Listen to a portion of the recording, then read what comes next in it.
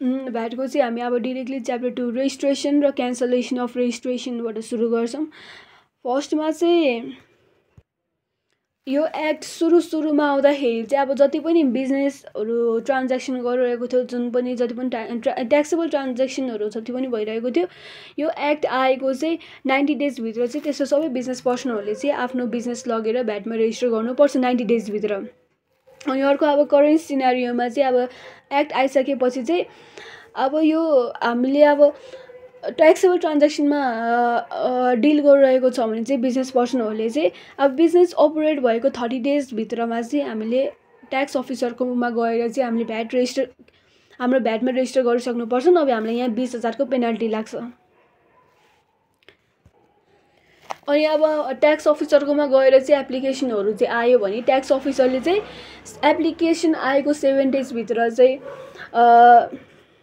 30 डेजभित्र 30 डेजभित्र चाहिँ सबै इभ्यालुएट गरेर असेस गरेर चाहिँ उसले रेजिस्ट्रेसन सर्टिफिकेट, रेजिस्ट्रेसन नम्बरहरू चाहिँ एप्लिकेन्टलाई प्रोभाइड गर्नुपर्छ।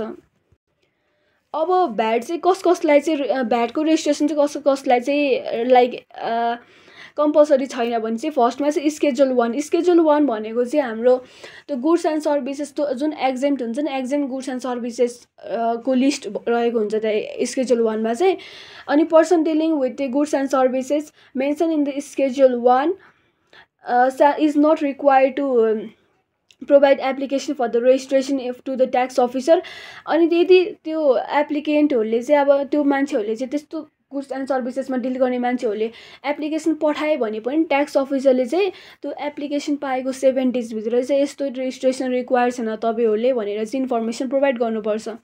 अनि अर्को केस भनेको चाहिँ स्मल भेन्डरको केसमा, स्मल भेन्डर मतलब यदि बिजनेस पर्सनले चाहिँ सामानहरू इम्पोर्ट गरेको छ विदेशबाट, त्यही पनि 10,000 भन्दा कम भ्यालुको लागि, त्यो भनेको फेरि अब त्यो गुड्सहरू फेरि त्यो भ्याट एक्जेम्ट गुड्सहरू पनि हुनु पर्यो। अनि पछि यो बिजनेस पर्पजको लागि solely for the business purpose, private अथवा पर्सनल पर्पजको लागि होइन भने चाहिँ यो यसमा पनि रेजिस्ट्रेसन गर्नको लागि जरुरत छैन। अर्को भनेको चाहिँ यदि पछिल्लो 12 महिनाभरिमै टर्नओभर चाहिँ 50 लाख कटेको छैन in case of the goods अथवा गुड्स ट्रान्सपोर्टेसन सर्भिसेस अथवा renting of the goods transport vehicles plus 30 lakh कटेको छैन in case of the 50 lakh अब चाहिँ 30 लाख कटेको छैन in case of the services अथवा बोथ गुड्स एन्ड सर्भिसेस भने पनि यस्तो ट्रान्जेक्सन गर्ने बिजनेस पर्सनहरूलाई चाहिँ भ्याटमा रेजिस्टर भइराख्नु पर्दैन। तर यो लास्टको यो दुईवटा केस छ नि, यो लास्ट 12 मन्थ यो टर्नओभरवाला र अर्को इम्पोर्ट 10,000 वाला, यिनीहरूले चाहिँ अब भोलिन्टरीली उनीहरूलाई चाहिँ रेजिस्टर गर्न मन लाग्यो भने चाहिँ ट्याक्स अफिसरले चाहिँ रेजिस्टर गराइदिन सक्छ। अब भ्याटमा टर्नओभर भनेको चाहिँ सेल्स अथवा purchase whichever is higher लिन्छ ट्याक्स अफिसरले। तर यदि सेल्सको पनि पर्चेसको पनि इन्भोइसहरू चाहिँ लाइक मजाले बाइफर्केटेड गरेर राखेको छैन भने चाहिँ ट्याक्स अफिसरले चाहिँ सेल्स पर्चेस स्टक सबै जोडाएर ट्याक्स कम्प्युट गरिदिन्छ। अब त्यही भएर हामीले बिजनेस पर्सन के गर्नु पर्यो, सेल छुट्टै पर्चेस छुट्टै स्टक छुट्टै बाइफर्केटेड गरेर चाहिँ राख्नु पर्यो। अब यहाँनिर अर्को के छ, duties of the registered person, यो पनि अलिक इम्पोर्टेन्ट नै हुन्छ, एक्जाम आइरहन्छ होइन। द रेजिस्टर्ड पर्सनको ड्युटिजहरू चाहिँ आफ्नो रेजिस्ट्रेसन सर्टिफिकेट डिस्प्ले गर्ने, अनि यदि in his place of the transaction in the conspicuous place of the transaction, तर यदि उसको चाहिँ ट्रान्ज्याक्सनको प्लेस नै अब 2 भन्दा बढी एउटाभन्दा बढी छ भने चाहिँ त्यतिखेर चाहिँ उसले आफ्नो सर्टिफिकेटको कपीहरू राख्नु पर्यो। अनि त्यो कपी पनि ट्याक्स अफिसरले ट्याक्स अफिसरले दिएको हुन्छ। अर्को ड्युटी भनेको चाहिँ हामी अब एप्लिकेन्टले चाहिँ रेजिस्ट्रेसन नम्बर चाहिँ भेरियस डकुमेन्ट जस्तै excise duty, income tax, bank लोनहरू 1 लाख भन्दा बढीको ब्याङ्क लोनमा युज गर्नु पर्यो। अर्को थर्डमा भनेको ट्याक्स प्लेट युज गर्नु पर्यो। ट्याक्स प्लेट चाहिँ राख्नु पर्यो भिजिबल प्लेसमा, आफ्नो प्लेस अफ ट्रान्ज्याक्सनमा भिजिबल प्लेसमा चाहिँ ट्याक्स प्लेट राख्नु पर्यो। रेजिस्ट्रेसन पर्सनको लागि ग्रिन प्लेट राख्नु पर्यो। अनि पछि एक्जेम्ट को लागि व्हाइट अनि पछि स्मल भेन्डरको लागि येल्लो। अनि अर्को फोर्थमा भनेको inform about the any changes. यदि चेन्जेस अफ द प्लेस अथवा चेन्जेस अफ द अब्जेक्टिभ छ भने चाहिँ चेन्ज हुनुभन्दा 15 दिन अगाडि नोटिस दिनु पर्यो ट्याक्स अफिसरलाई। तर अरू चेन्ज हो भने चाहिँ चेन्ज भएपछि चाहिँ 15 दिनपछि नोटिस दिँदा हुन्छ। सो हाम्रो ड्युटिज भनेको चाहिँ एउटा के अरे ट्याक्स प्लेटको भयो, अर्को भनेको चेन्जेसहरूको बारेमा इन्फर्म गर्नुभयो, अर्को भनेको डकुमेन्टहरूमा आफ्नो रेजिस्ट्रेसन नम्बरहरू युज गर्नुपर्ने भयो, अनि अनदर वान इज आफ्नो रेजिस्ट्रेसन सर्टिफिकेट चाहिँ अलिक डिस्प्ले गरेर अलिक मजाले सबैले देख्ने ठाउँमा राख्नु पर्यो। अनि प्लेस अफ ट्रान्जेक्सन एउटाभन्दा बढी छ भने चाहिँ अफकोर्स त्यो कपी राख्नु पर्यो। त्यहाँदेखि त्यो कपी पनि फेरि ट्याक्स अफिसरले दिन्छन्। अनि यदि हामीले पाएको हाम्रो रेजिस्ट्रेसन सर्टिफिकेट हुन्छ नि आफ्नो ट्रान्जेक्सनको, हो त्यो चाहिँ च्यातियो, हरायो अथवा डिस्ट्रोय भयो भने चाहिँ हामीले ट्याक्स अफिसरलाई एप्लिकेसन दिने प्लस 100 रुपियाँ तिरेर चाहिँ अर्को duplicate copy of such certificate चाहिँ पाउन सक्छौँ। अनि त्यस्तो दिनको लागि ट्याक्स अफिसरको लिमिटेज भनेको चाहिँ 15 दिनभित्र उसले दिइसक्नुपर्छ हामीलाई। अनि अफकोर्स त्यो सेल प्राइसहरू हुन्छ नि, जस्तै रेस्टुरेन्टहरूमा तिनीहरूले inclusive of VAT sales price include गर्नुपर्छ। यो केही पनि थिएन, नर्मली यत्तिकै क्याजुअल। अनि अदर भने टेम्पोररी रेजिस्ट्रेसन चाहिँ कतिखेर गर्नुपर्छ भने एउटा 3टा कन्डिसन यसको पनि, एउटा फेयर एक्जिबिसनको लागि, अर्को जोइन्ट भेन्चरको लागि, र अर्को भनेको नन रेजिडेन्ट के हो प्रोभाइडिङ इलेक्ट्रोनिक सर्भिसेस। फेयर एक्जिबिसनमा चाहिँ हाम्रो अर्गनाइजेसन र अर्को के अरे अनरेजिस्टर्ड इन्टरप्रेन्युअर चाहिँ दुवैजना रेजिस्टर्ड हुनु पऱ्यो। भ्याटमा टेम्पोररीली भ्याटमा रेजिस्टर हुनु पऱ्यो। अनि रेजिस्टर हुँदाखेरि चाहिँ उसले आफ्नो स्टक र इन्भोइसको डिटेलहरू प्रोभाइड गर्नु पऱ्यो। इन्भोइसको चाहिँ नम्बरको डिटेलहरू प्रोभाइड गर्नु पऱ्यो बिफोर। अनि पछि after the fair exhibition, before चाहिँ यो इस्टिमेटेड हुन्छ नि, आफ्टर चाहिँ एक्चुअल हुन्छ। अनि बिफोरमा अब यो फेयर एक्जिबिसनहरू सुरु हुनुभन्दा अगाडि नै एस्टिमेटेड इन्कमको 2% चाहिँ ट्याक्स अफिसरकोमा लगेर उसले डिपोजिट गरेर राख्नुपर्छ। अनि पछि यो फेयर एक्जिबिसन सकेको 7 डेजभित्र चाहिँ ट्याक्सहरू सबै पे गर्नुपर्छ, एक्चुअल ट्याक्सहरू। अनि त्यो अहिलेको तिरेको 2% पनि सबै क्लियर आउट भएर त्यहीँनिर सेट अफ भइहाल्छ। अर्को भ्याट रिटर्नहरू सब्मिट गर्नु पऱ्यो अनि रेजिस्ट्रेसन क्यान्सल गर्नु पऱ्यो। जोइन्ट भेन्चरको केसमा चाहिँ जोइन्ट भेन्चरमा चाहिँ apply for the registration temporarily at any place of the कोभेन्चरहरूको जुन कोभेन्चरको जुन प्लेसमा पनि रेजिस्टर हुन पायो होइन। अनि यस्तो जोइन्ट भेन्चरको टेम्पोररी रेजिस्ट्रेसन चाहिँ क्यान्सल गर्नुपर्छ if completion of the any condition, like फर्स्टमा टाइम सक्यो अथवा काम सक्यो। टाइम अथवा काम जुन चाँडो सक्यो त्यही अनुसार चाहिँ हामीले यो जोइन्ट भेन्चरको चाहिँ टेम्पोररी रेजिस्ट्रेसन क्यान्सल गर्नुपर्छ। अनि कोभेन्चरहरू चाहिँ जोइन्टली अथवा severally this shall be liable for the payment of the tax. अनि non resident providing the electronic सर्भिसेसमा चाहिँ नन रेजिडेन्टहरूले चाहिँ टेम्पोररीली रेजिस्ट्रेसन गर्नुपर्छ यदि तिनीहरूको ट्याक्सेबल ट्रान्ज्याक्सन चाहिँ 20 लाखभन्दा बढी गर्छ। अनि यिनीहरूको रेजिस्ट्रेसन र क्यान्सलेसन चाहिँ डिपार्टमेन्टले आफै प्रिस्क्राइब गरेको हुन्छ। सो फेयर एक्जिबिसनमा 3टा कन्डिसन भनेको फेयर एक्जिबिसन भयो, एउटा जोइन्ट भेन्चरको लागि भयो, अर्को नभनेको नन रेजिस्ट्रेसन प्रोभाइडिङ इलेक्ट्रोनिक सर्भिसेसमा 20 लाख कट्नु पऱ्यो। जोइन्ट भेन्चरमा कोभेन्चरको एनी वान अफ द प्लेसमा चाहिँ रेजिस्टर गरे हुन्छ। अनि पछि टाइम अथवा काम जुन चाँडो सकिन्छ त्यही अनुसार चाहिँ टेम्पोररी रेजिस्ट्रेसन क्यान्सल गर्ने। अनि फेयर एक्जिबिसनमा चाहिँ अर्गनाइजर र अनरेजिस्टर्ड पर्सन दुवैजना रेजिस्टर हुनु पऱ्यो। स्टक र इन्भोइसको डिटेल्स अगाडि पछाडि दुवैचोटि दिनुपर्छ। 2% अफ एस्टिमेटेड इन्कम त्यो डिपोजिट गर्नुपर्छ। अनि पछि गएर 7 दिनभित्र चाहिँ सबै काम कम्प्लिट गर्नुपर्छ र यो टेम्पोररी रेजिस्ट्रेसन बन्द गर्नुपर्छ। अब रेजिस्ट्रेसन क्यान्सलेसनको बारेमा कुरा गर्दाखेरि सर्कमस्टान्सेस फर द क्यान्सलेसन चाहिँ के हुन्छ। एउटा बडी कर्पोरेट क्लोज डाउन भयो भने अथवा बन्द भयो भने, त्यो लिक्विडेट भयो भने, अथवा इन्डिभिजुअल ओनरसिप सोलो प्रोप्राइटरसिपहरू चाहिँ त्यो ओनरको नै डेथ भयो भने अथवा पार्टनरसिप फर्म डिजल्भ भयो भने अथवा पार्टनरहरू मध्येबाट कोहीको डेथ भयो भने र अरू एनी अदर केसेसको जस्तै अब like turnover less than the threshold limit अनि जेरो रिटर्न भरिरहेछ पछिल्लो 12 महिनादेखि कन्टिन्युअसली अनि पछि रेजिस्टरै मिस्टेकले गरेको हो भने पनि अब हामीले रेजिस्ट्रेसन त क्यान्सल गर्नु पर्यो। अनि प्रोसिजर चाहिँ के हुन्छ, फर्स्टमा हामीले ट्याक्स अफिसरकोमा गएर एप्लिकेसन सबमिट गर्ने within the 30 days of the occurrence of the अहिलेको सिचुएसनहरू अहिलेको सर्कमस्टान्सेसहरू अनि रिटर्नहरू फाइल गर्नु पर्यो स्केड्युल 11 अनुसार अनि submit the documents within 15 days of the filing such return for the tax verification. Tax अफिसरले भेरिफाई गरेर ट्याक्सको रेजिस्ट्रेसन चाहिँ क्यान्सल गरिदिन्छ अथवा गरिँदैन, नगर्न पनि सक्छ, कुनै कन्डिसन मिट नभएको कारणले होला। तर यदि ट्याक्स अफिसरले 3 महिना भइसक्यो ट्याक्स अफिसरको कुनै पनि रेस्पोन्डै आएन भने चाहिँ हामीलाई 3 महिनापछि हामीले कुनै पनि रिटर्न नभर्दा नि हुन्छ।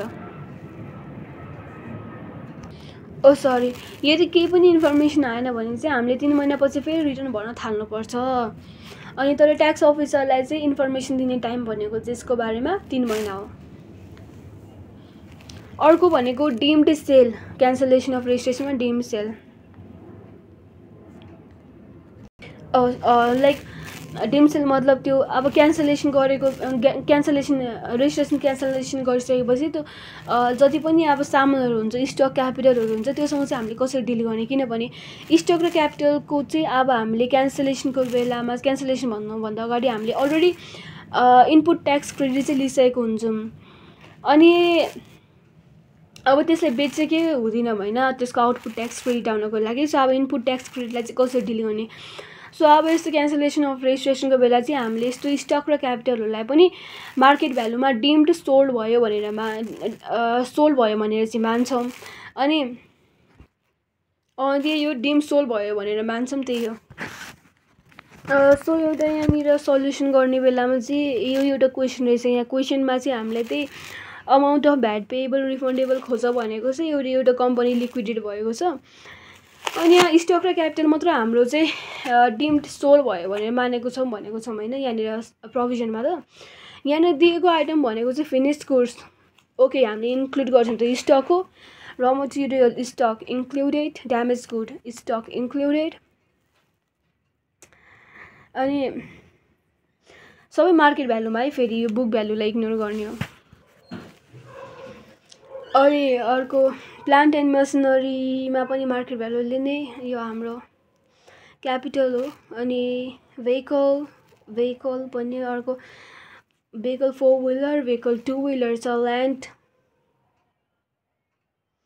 Land oh my god land हाम्रो एक्जेम्ट हो है भ्याटबाट, त्यही भएर हामीले यसलाई इन्क्लुड नगरौँ, ल्यान्ड हाम्रो भ्याटबाट एक्जेम्ट हो। अनि अर्को सन्ड्री डेब्टर छ, सन्ड्री क्रेडिटर छ, यो हाम्रो स्टक र क्यापिटल गुड्स हो त होइन, यो भनेको हाम्रो मान्छेहरू हुन्, यो भनेको स्टक पनि न क्यापिटल गुड्स पनि होइन, त्यही भएर हामीले यसलाई इन्क्लुड गर्दैनौँ डिम्ड सेल मान्नको लागि।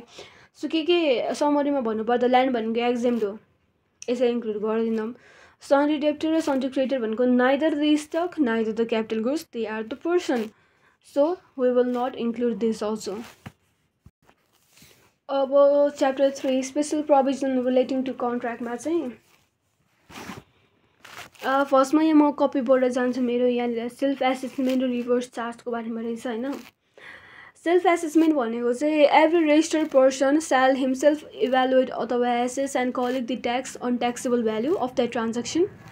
रिभर्स चार्ज भनेको चाहिँ purchaser of the goods or services has to pay VAT directly to the government of Nepal and it is called the reverse charge payment भनेको छ। अनि रिभर्स चार्ज हुने 3टा केस पनि इम्पोर्टेन्ट केस 3टा पनि दिएको छ। एउटा इम्पोर्ट अफ सर्भिसको बेला रिभर्स चार्ज हुन्छ, गुड्स ट्रान्सपोर्टेसन सर्भिसको बेला, अर्को कन्स्ट्रक्सन कन्ट्र्याक्टको बेला। र यो तीनवटै चाहिँ अब हामीलाई न्युमेरिकलको भित्र राखेर सोधेको पनि हुन्छ, यहाँ पनि एकदमै इम्पोर्टेन्ट छ। अथवा यहाँनिर भन तिम्रो भ्याट लाग्छ कि लाग्दैन भनेर रिजनहरूमा पनि सोधेको हुन्छ है। सो एडपछि 3टा डिस्कस गरौँ न त। अब इम्पोर्ट अफ सर्भिसमा चाहिँ हैन any person who is registered अथवा unregistered and take service from outside the Nepal, and that the party who is providing the service who is from the outside the Nepal is unregistered party, then the person who is purchasing the service from the Nepal has to evaluate अथवा assess and collect the tax on the reverse charge basis on the earlier of the time of payment अथवा time of receipt of service. Time of payment अथवा receive of सर्भिसको जुन early छ त्यसमा चाहिँ हामीले assess र evaluate गरेर के अरे एसेस र कलेक्ट गरेर चाहिँ हामीले गभर्मेन्ट अफ नेपाललाई चाहिँ त्यो पैसा चाहिँ डिपोजिट गर्नु पर्यो अथवा पेमेन्ट गरिदिनु पर्यो त्यो भ्याटको नाममा। अनि यस्तो केसमा चाहिँ हामीले क्रेडिट पाउँछौँ हैन, तर only if the buyer is registered. र यो वाला केस छ नि, यो चाहिँ अब न्युमेरिकलहरूमा क्यालकुलेट द क्रेडिट भनेर जस्तै अब त्यही आउटपुट क्रेडिट अथवा आउटपुट क्रेडिट अनि इनपुट क्रेडिटहरू निकाल्दाखेरि चाहिँ यो वाला केस चाहिँ लाइक धेरै इम्पोर्टेन्ट हुन्छ हैन क्वेसनमा चाहिँ। जस्तै कस्तो हुन्छ भने क्वेसन जस्तै यो सर्भिस प्रोभाइडिङवाला कम्पनी थियो, यसले चाहिँ अब विदेशमा पैसा तिरेको रहेछ, यति पैसा सर्भिस विदेशमा पैसा दिनको लागि गभर्मेन्ट अफ नेपाललाई चाहिँ यति भ्याट डिपोजिट गरेको रहेछ भनेर क्वेसनले दिन्छ। अनि त्यो भ्याट डिपोजिट जति गरेको छ नि हो त्यो चाहिँ हामीले लाइक इनपुट क्रेडिट भनेर इनपुट क्रेडिट भनेर मान्छौँ र इनपुट क्रेडिट भनेर चाहिँ हामीले हाम्रो सल्युसनमा चाहिँ त्यसलाई इन्क्लुड गर्छौँ है। अर्को गुड्स ट्रान्सपोर्टेसन सर्भिसमा चाहिँ any person who is registered अथवा unregistered person takes goods transportation service from the person who is not registered has to assess, and then the person taking the goods transportation services has to assess and collect the tax and pay to the government of Nepal on the reverse charge basis earlier of the time of the payment or receipt of the services. Credit available यदि the buyer is registered person, त्यो buyer त registered person हुनु नै पर्यो। तर यदि त्यो बायरले transportation service लिनु नै छ भने हैन रेजिस्टर्ड पार्टीबाटै लियो भने reverse charge basis government of नेपाललाई आफ्नो अरूको भ्याट डिपोजिट गर्न जानै पर्दैन थियो। अनरेजिस्टर्ड पार्टीबाट ट्रान्सपोर्टेसन सर्भिस लिएको कारणले मात्र हामीले गभर्मेन्ट अफ नेपालले उसको भागको भ्याट चाहिँ हामीले आफै तिर्दिनु पर्यो। अर्को भनेको कन्स्ट्रक्सन कन्ट्र्याक्ट छ। यदि any person who is registered अथवा unregistered person construct the building अथवा मल अथवा कम्प्लेक्स एसेट्रा विच कस्ट चाहिँ 50 लाखभन्दा बढी छ अनि त्यो चाहिँ कमर्सियल पर्पजको लागि हो भने चाहिँ त्यस्तो कन्स्ट्रक्सन चाहिँ रेजिस्टर्ड पर्सनबाट मात्र गर्नु पर्यो है। अनि यदि अनरेजिस्टर्ड पर्सनबाट गर्ने हो भने चाहिँ त्यसको भ्याट चाहिँ रिभर्स चार्ज बेसिसमा तिर्नु पर्यो अनि त्यसको क्रेडिट पनि एभाइलेबलै हुँदैन यदि बाई रेजिस्टर होस् वा अनरेजिस्टर होस्। त्यही भएर हामीले यो 50 लाखभन्दा बढीको कन्स्ट्रक्सन कन्ट्र्याक्टहरू जति पनि छ त्यो चाहिँ हामीले रेजिस्टर्ड पार्टीलाई मात्र दिन्छौँ सो द्याट हामीले क्रेडिट पाऊँ भनेर। अनि अनरेजिस्टर्ड पर्सनहरू चाहिँ हैन अब त्यो भ्याटहरू चाहिँ कलेक्ट गर्न पाउँदैन तिनीहरूले चाहिँ। अनि प्लस ट्याक्स इन्भोइसहरू इस्यु पनि गर्न पाउँदैन। यदि त्यस्तो गरेको भेटाइएमा चाहिँ तिनीहरूबाट त्यो सबै कलेक्टर एसेस्ड त्यो ट्याक्सको पैसाहरू चाहिँ रिकभर गरिन्छ र फाइन पेनाल्टीहरू पनि लगाइन्छ तिनीहरू।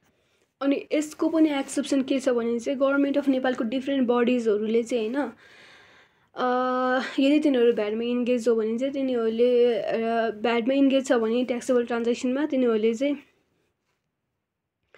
त्यो भ्याटको अमाउन्ट चाहिँ आफूले कलेक्ट गरेर चाहिँ डिपोजिट गर्न पायो त्यही गभर्मेन्ट अफ नेपालमै। अनि यस्तो केसमा buyer will get the credit in case they are the registered party. अनि अर्को provision related to the government of कन्ट्रोलमा provision related to the contract government of Nepal public institutions registered पर्सनले चाहिँ shall take the consultancy service or provide contract of more than 5 lakh from the registration person only. And while making payment of VAT, inform to tax office about amount and VAT payable before payment to contractor. 5 lakh भन्दा बढी अमाउन्टको payment गर्ने बेलामा चाहिँ त्यस्तो consultancy service अथवा कन्ट्र्याक्टमा चाहिँ payment गर्नुभन्दा अगाडि चाहिँ ट्याक्स अफिसरलाई नोटिस दिनु पर्यो यति अमाउन्टको यो यस्तो भनेर। अनि पेमेन्ट गर्नुभन्दा अगाडि अनि सप्लाई टु गभर्मेन्टमा चाहिँ गभर्मेन्ट अफ नेपाल अथवा पब्लिक इन्स्टिट्युसनले चाहिँ कन्ट्र्याक्टरलाई पेमेन्ट गर्नुभन्दा अगाडि नै को भने गभर्मेन्ट अफ नेपाल र पब्लिक इन्स्टिट्युसन होइन, कन्ट्र्याक्टरलाई पेमेन्ट गर्नुभन्दा अगाडि 30% अफ भ्याट पेएबल हुन्छ नि जुन कन्ट्र्याक्टरले तिर्नुपर्ने गभर्मेन्ट अफ नेपाललाई हो, त्यो चाहिँ अलरेडी नै त्यो काटेर चाहिँ गभर्मेन्ट अफ नेपालले डिपोजिट गर्नुपर्छ 30% of VAT payable, so that यो चाहिँ मिसयुज हुँदैन नहोस् कि होइन। अनि त्यो 30% अफ भ्याट पेएबल चाहिँ पछि गएर ट्याक्स क्रेडिट लिन मिल्छ कन्ट्र्याक्टरले चाहिँ, कन्ट्र्याक्टरले लिन मिल्छ पछि 4 महिनापछि, अनलेस त्यो सेटअप हुँदैन भने रिफन्ड पनि पाइयो। यति नै थियो यो च्याप्टर 3 को। यसमा अलिकति इम्पोर्टेन्ट भनेको यहाँनिर यो क्वेसनहरू रहेछ होइन, यस्तो क्यालकुलेसनहरू, यो बुकमा यस्तो क्यालकुलेसन गरेको पनि। अब अर्को च्याप्टर 4 मा जाऊँ। यो च्याप्टर 4 भन्दा अगाडि फर्स्टमा हामी च्याप्टर 6 स्टार्ट गरौँ न त। यो कपीमा अगाडि च्याप्टर 6 रहेछ होइन, यो च्याप्टर 6 र chapter 5 time and place of supply.